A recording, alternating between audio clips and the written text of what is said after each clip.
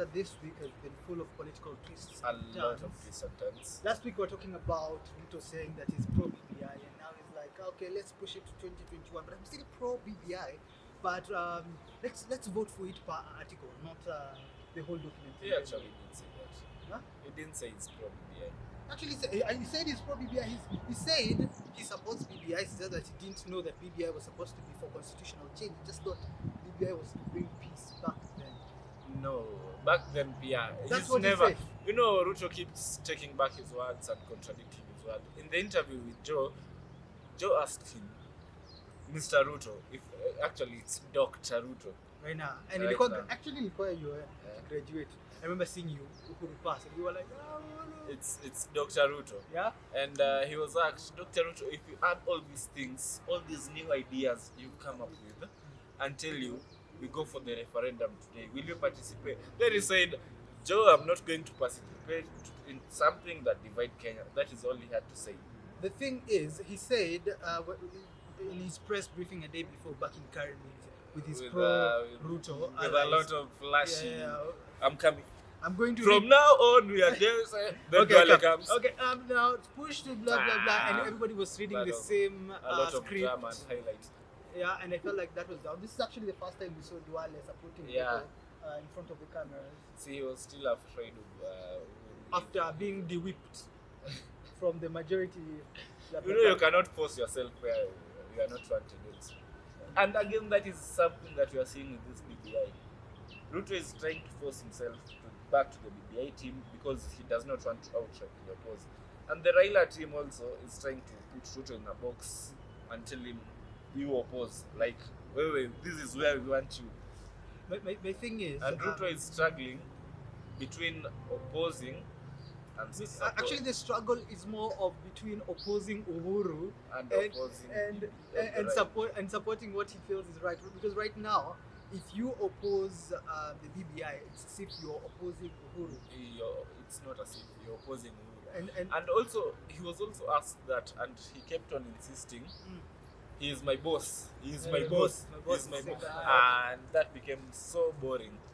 Yeah. Now the thing is, this week, one of the highlights of the week was the question of voting per article instead of voting for the whole BBI in general, saying I support BBI or I do not support BBI. Right now, Ruto was proposing when you go to vote, you vote per article, saying that I support bringing ombudsman and judiciary, I support inclusion of MCAs and blah blah blah, and voting per article instead of voting for the whole BBI. How is that gonna work? You see, the thing is, most people are arguing that that's going to take a lot of time. Of course, it's going to take a lot of time. But don't you think it's going to show, it's going to bring out the reasoning of Kenyans saying, okay, we want this, but we don't want this, instead of supporting the whole thing? You know, I'm still not going to be satisfied by that thing. Satisfied by the end results of that document. You see, here is the thing that Jadiel, you cannot, what you're currently doing, okay, it's more of amending the constitution. We cannot have a perfect constitution all at once. We are not going to have the perfect document at the first trial. That is why, past the 2010 constitution, we are again having the BBI, and after the BBI, we're also going to have something else. Because tutaka chini tuone, okay, now this is not working. Let's remove this, let's add this. Rome was not built in a day. My thing is, that's very true, but my thing is this. If you're going to give me a whole document, if you tell me to support it, what if there's something in there that I do not support and I vote for yes, because there's something there that I want. I want the Prime Minister to bring inclusivity in the government, but I don't want the other members or some members being taken to the Senate and blah blah blah. What if I should be able to vote what I want and what I do not want? And my point is, even with per article voting, not everyone, we are still going to have a winner and a loser, because even the article, per article, unless this is what you are saying, let's go, everyone apeane his document, na everything equal fixed, which is not possible. Sindio, per article, Ruto is saying, I'm giving you, here is the ideology behind particle voting, as per Ruto, not as per you, but there you have a very different thing. As per Ruto is, we want a win-win referendum, which honestly is impossible. Unless unataka, we all go there, give me your thoughts, take someone else's thoughts, tuweke zote hapo, which are not, because at some point my points are going to contradict with your points. Particle voting, it's still, do you want the prime minister? Yes. Do you want the prime minister? No. 60% yes, 40%. That is a close margin, right? That's now we say the 60% About voted for the 50, prime, 53, so the prime minister. 53 yes, 47 no. 47% of 47 million Kenyans, actually it's 50. Yeah. Si census ilisema it's Ilikuwa 40 approximately, something, it's nyinyi ndo mlifanya ilikuwa ngapi? Supervising something. It was 40 something. 47. 40 something. Yeah. I remember the 7 figures somewhere there. Okay, 47% of 47 million. That's still a lot of number. Tumesema hii article tulivotia itachukulia. We are still going to feel like losers. So there is no way you are going. That is the whole point of democracy. My thing. Majority win. Okay, so right now, if you're saying that still there will be losers, they are still going to be then losers. you're also saying there's no point for the BBI. I'm saying there's a point for the BBI. Oh, if people are going to be losing, then there's no point for it. There's the point, because this is actually a good document. You know, something can be good and you don't want it. If you lose to something good, eventually you'll see how good it is, why it's good, and how it impacts your life in a positive way.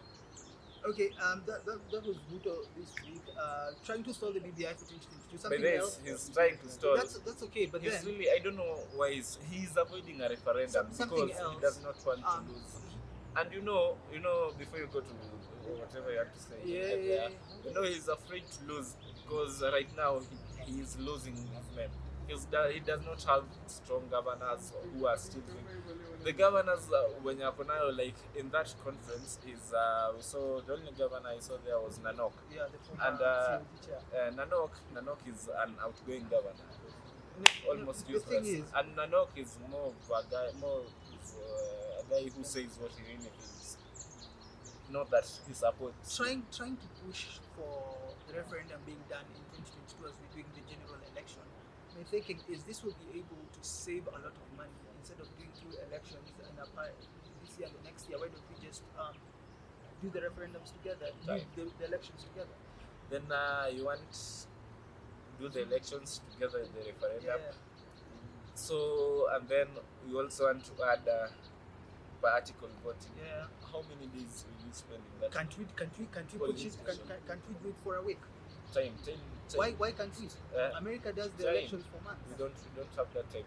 How about we just have 1 day of referendum next year, then again 2 days of the election, 2 days of 1 day.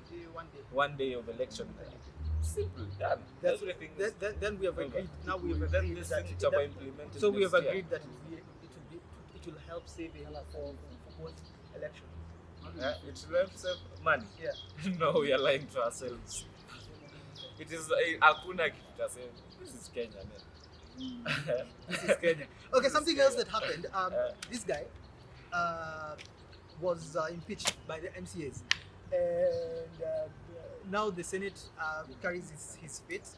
And so many people are saying this is because NMS is doing a good job, and you are pro his impeachment. But I'm like, why should they impeach him? And it's Sonko people should that have voted never for been him. voted. Okay, people did majority. We all know who won the majority votes. Come on, it's As Sonko. as per what really happened, not as per ABC Sonko. Yes, of course. I'm saying, no, don't before you say what you're going to say, let's first tackle what you just said that he didn't win. Because we cannot keep on lying to ourselves that people that have been proclaimed winners are not winners. But they didn't. Okay, the Supreme Court decision of Maraga, in the decision, there's a line that says the criminal offences that were not, or the election offences that were notable in the elections were borderline criminality. Do you know what this means? All those commissioners should have been arrested for criminal charges. They were criminal charges. But now, and we still want to call it. If you want, are you now going to go the Trump's way and say that Biden didn't win, Uhuru didn't win last election? Uhuru because Uhuru didn't win. I don't know where to go back there. Let's not go back there. Uhuru didn't win last election. You all know what happened. The second time you cannot do the same thing. That is Apote. So I think in some high school, doing the same thing over and over the same way and expecting a different different ways, what they call stupidity. So now you've said Sonko didn't win, Uhuru didn't Uhuru win, didn't win. We all know. Biden didn't win too.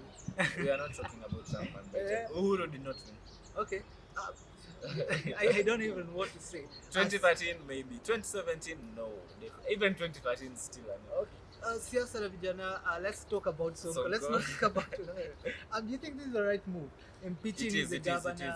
Because Sonko has been useless for such a long time now. He's kept on saying my hands are tied, I can't do this, I can't do this. Throwing blames on cartel, yet you're the governor for crying out loud. Cartel, they're doing this. I'm bringing you water to your doorstep because the other water, I'm the governor, yet the Nairobi City Council water cannot reach your tap because of cartel. So I'll carry my own Sonko rescue to in trunk and bring it to you. What is that, Shell? So you want to put him to for how long? Question: do you think the MCAs impeached him because of No, of lack it's of not being productive? No, Purely political. It's purely political. But So- he also was not. productive. So what you're saying is the governor's impeachment was purely criminal. It's Uhuru who was impeached Sonko. Let's not. So right now, the governor himself shouldn't have been impeached. That's what you're He saying. should have been impeached. He deserved. But on He different- shouldn't have been elected here because he's But been people a lame elected. governor. You see, what I was saying Because is Sonko impedes you, and that's when people vote that's for dangerous. someone, when That's dangerous. people vote for someone, you don't have the right to remove that someone. When it comes to the Israelites and King and the prophet Samuel going to God and saying, "Hey God, these people want a king," and now God didn't say that they don't deserve a king because the king will take their wives and make them slaves and put their Okay, soldiers. let's do So this. the army. If people voted for Sonko, he should be there. It doesn't matter whether Uhuru wants him or not. The same case with Waiguru. Waiguru was going to be impeached, but he was saved. But she was saved. See, people voted for Iguru. Yeah. See, also Iguru, people voted for her. But you see, this the is a ballot. different case. People voted for This is a Iguru. different case. Which case? The case here for Waiguru was not performing. But for Sonko here, No, it's because no. Uhuru.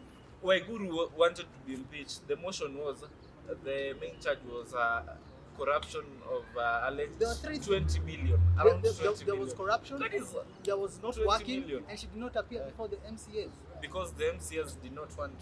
Now, They were not. Now, her, you can say she deserves to be impeached, but for Sonko, No, just Sonko because, deserves just to be because impeached Uhuru more wants to than take, just because Sonko deserves to Uhuru, be impeached I'm more than saying, Waiguru. just because Sonko should Uhuru not- wants to take Nairobi and make it a metropolitan, I feel that like does this not should give be a him the conversation right. for another day. That Just does, spends all that day does here. not give him the right to take over Nairobi. People voted for Sonko, and Sonko deserves to continue. But being Sonko is the not governor. has not been working. Sonko gave it. The first thing he did, he's been so. He was putting grass on Zongoro and Nah, other places. come He made on. some roundabouts. and roundabouts. Akatoa Igabe. I'm not That saying- was the first move. I think if you're not, And if you want to tell me Igabe if you're resigned, getting me, I'm you not are saying misled. Sonko is working. Sonko I'm did saying- not- what then I'm saying- what is it doing What there? I'm saying is that What is people it? voted for him. People don't have confidence in Sonko as Also- we speak. also- They don't have confidence in Well, Sonko. tell me, do you have Eh? confidence in His Sonko? corruption charges, tukiangalia corruption charge yake ni around 200 million. Ya Waiguru yenye unasema he deserved to be impeached ni 20 million. So This is Siasa na Vijana. Let's I guess you're gonna tell us what you think about that before we call it a but wrap. And, Sonko man, but if you put Sonko comparison with Badi is here, Sonko is here. But then if people voted for Sonko, yes, he should be. we do know why people voted for that Sonko. because he's a good politician. No, because he's a dangerous politician. Someone who spoon feeds you is very dangerous. Ukiwa na matanga, that moment when your kid is sick is when he comes and pays the bill. That is a very. We want someone. Don't feed me. Show me how to toil.